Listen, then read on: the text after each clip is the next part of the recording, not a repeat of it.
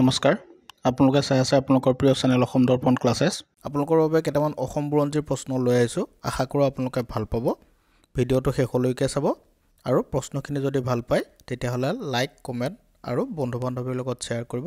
আহকচোন ভিডিঅ'টো আৰম্ভ কৰোঁ প্ৰথম প্ৰশ্ন প্ৰাচীন প্ৰাগজ্যোতিষৰ অসুৰ বংশৰ মহাপৰাক্ৰমী ৰজাজনৰ নাম কি আছিল ইয়াৰে শুদ্ধ উত্তৰটো হৈছে অপচন সি নৰকাসুৰ নৰকাসুৰ এজন মহাপৰাক্ৰমী আৰু অতি অধৰ্মী আৰু অত্যাচাৰী ৰজা আছিল তেখেতৰ অত্যাচাৰ বাঢ়ি অহাত ভগৱান শ্ৰীকৃষ্ণই তেখেতক বধ কৰিছিল আৰু তেখেতৰ পুত্ৰ ভগদত্তক প্ৰাগজ্যোতিষপুৰৰ ৰাজপাটত বহুৱাইছিল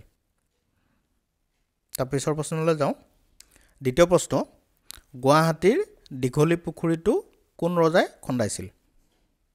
ইয়াৰে শুদ্ধ উত্তৰটো হৈছে অপচন বি ভগদত্ত আমি ভগদত্তৰ নাম শুনিছোঁ তেখেতে মহাভাৰতৰ যুদ্ধটো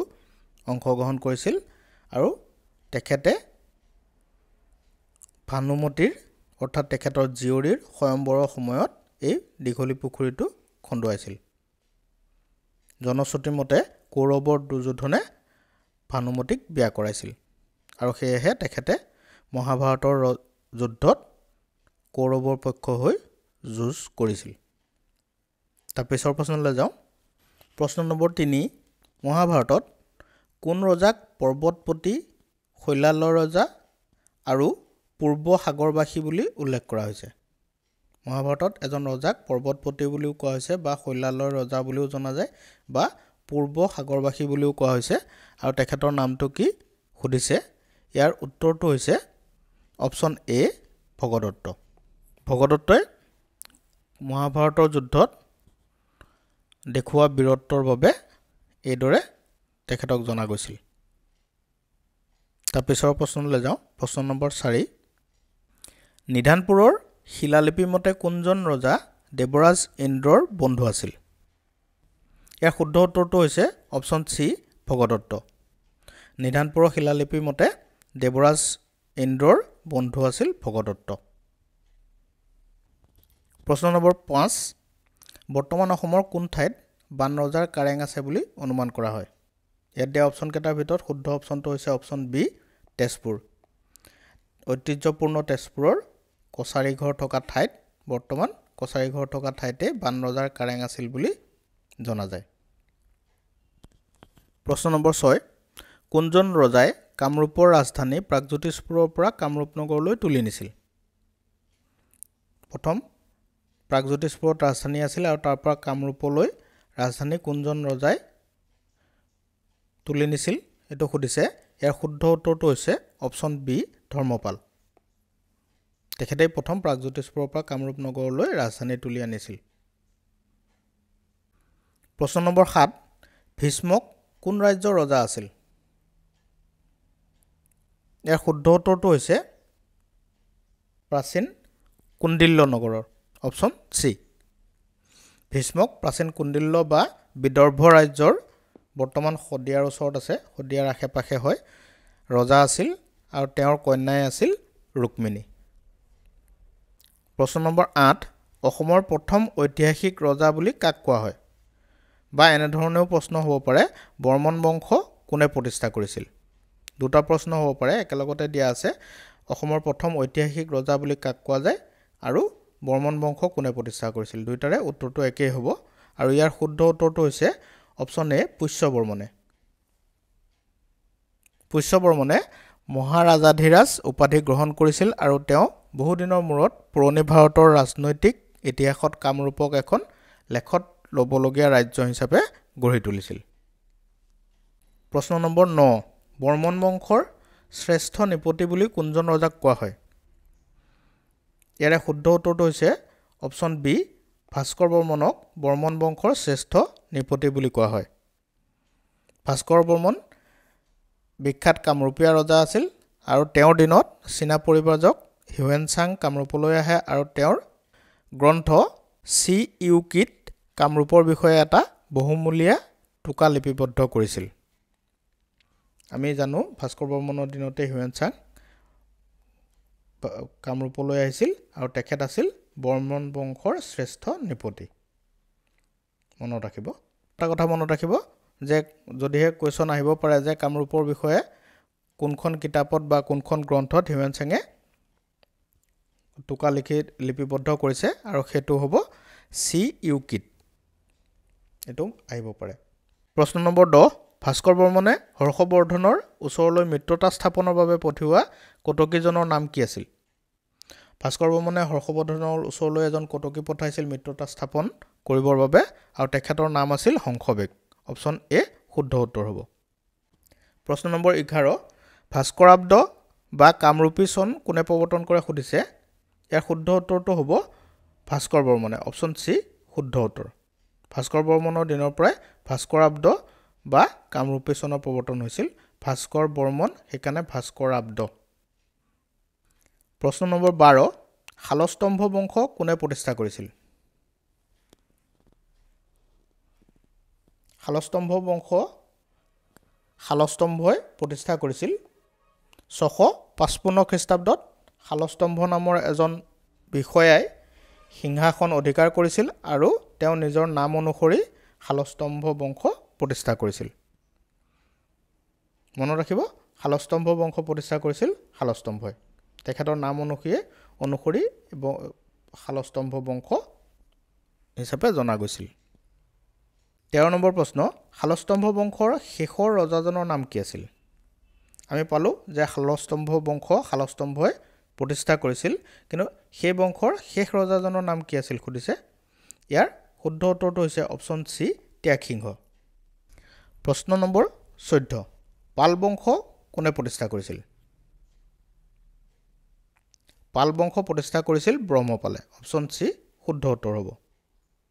প্ৰশ্ন নম্বৰ 15 পাল বংশৰ শেষৰ ৰজাজন কোন আছিল পাল বংশৰ শেষ ৰজাজনৰ নাম সুধিছে আৰু তেখেতৰ নামটো হৈছে জয়পাল অপচন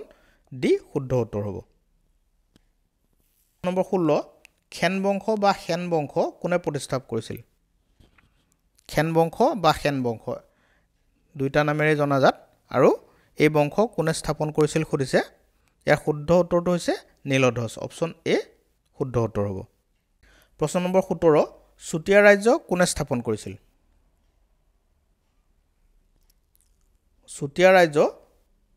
বীৰপালে প্ৰতিষ্ঠা কৰিছিল অপচন সি শুদ্ধ উত্তৰ হ'ব আৰু বীৰপালে 1189 খ্ৰীষ্টাব্দত শদিয়াত চুতীয়া ৰাজ্য প্ৰতিষ্ঠা কৰিছিল প্ৰশ্ন নম্বৰ 18 সতী সাধনী কোন চুতীয়া ৰজাৰ কন্যা আছিল আমি সতী সাধনী দিৱস পালন কৰোঁ সতী সাধনী কোন চুতীয়া ৰজাৰ কন্যা আছিল সুধিছে ইয়াৰ উত্তৰটো হৈছে চুতীয়া ৰাজ্যৰ অষ্টমজন ৰজা চুতীয়া ৰজা ধৰ্মধ্বজ পাল বা ধীৰ নাৰায়ণৰ কন্যা আছিল ধৰ্মধ্বজ পাল বা ধীৰ নাৰায়ণ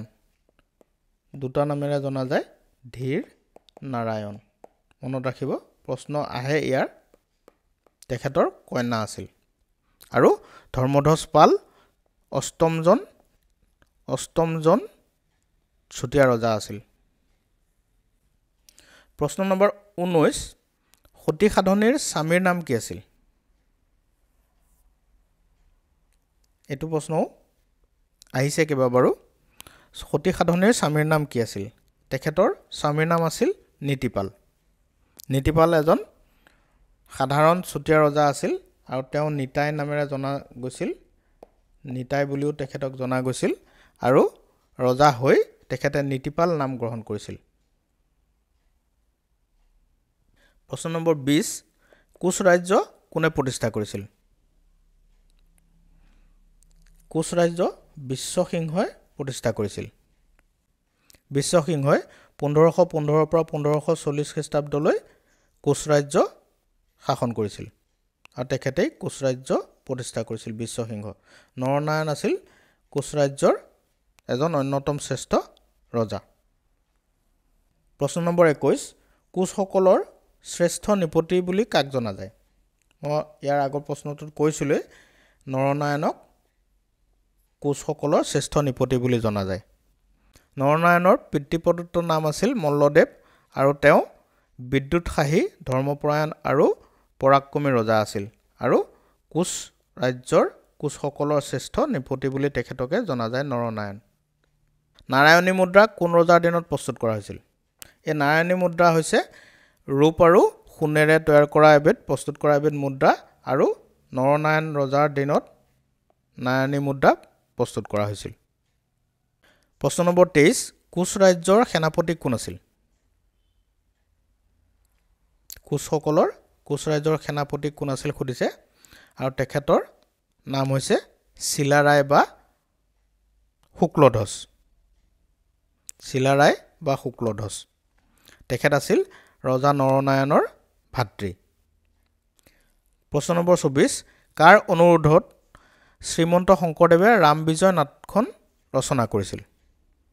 ইয়াৰ শুদ্ধ উত্তৰটো হৈছে চিলাৰায়। চিলাৰায় অনুৰোধত শংকৰদেৱে ৰামবিজয় নাটখন ৰচনা কৰিছিল আৰু তেখেতৰ অনুৰোধতে মাধৱদেৱে জন্ম ৰহস্য পুথিখন ৰচনা কৰিছিল। মাধৱদেৱে জন্ম ৰহস্য পুথিখন ৰচনা কৰিছিল। মনত ৰাখিব। 25 নম্বৰ প্ৰশ্ন, দানৱ বংশ কোনে প্ৰতিষ্ঠা কৰিছিল? দানৱ বংশৰ প্ৰতিষ্ঠাতা আছিল মহিৰংগ দানৱ। প্ৰাচীন অসমৰ প্ৰথম ৰজা বুলিও মহিৰংগ দানৱক জনা যায়। ৰাজধানী আছিল বৰ্তমানৰ গুৱাহাটীৰ বেলতলাৰ মৈৰাংগ পৰ্বত আৰু এখেতেই মহিৰংগ দানৱেই দানৱ বংশ প্ৰতিষ্ঠা কৰিছিল। তেখেতে ৰাজধানী পাতিছিলে বেলতলাৰ মৈৰাংগ পৰ্বতত। মনত ৰাখি থ'ব। ভিডিঅ'টো শেষলৈকে চোৱাৰ বাবে ধন্যবাদ। ভিডিঅ'টো ভাল পালে বন্ধু বান্ধৱীৰ লগত শ্বেয়াৰ কৰিব আৰু লাইক আৰু কমেণ্ট কৰিবলৈ নাপাহৰিব।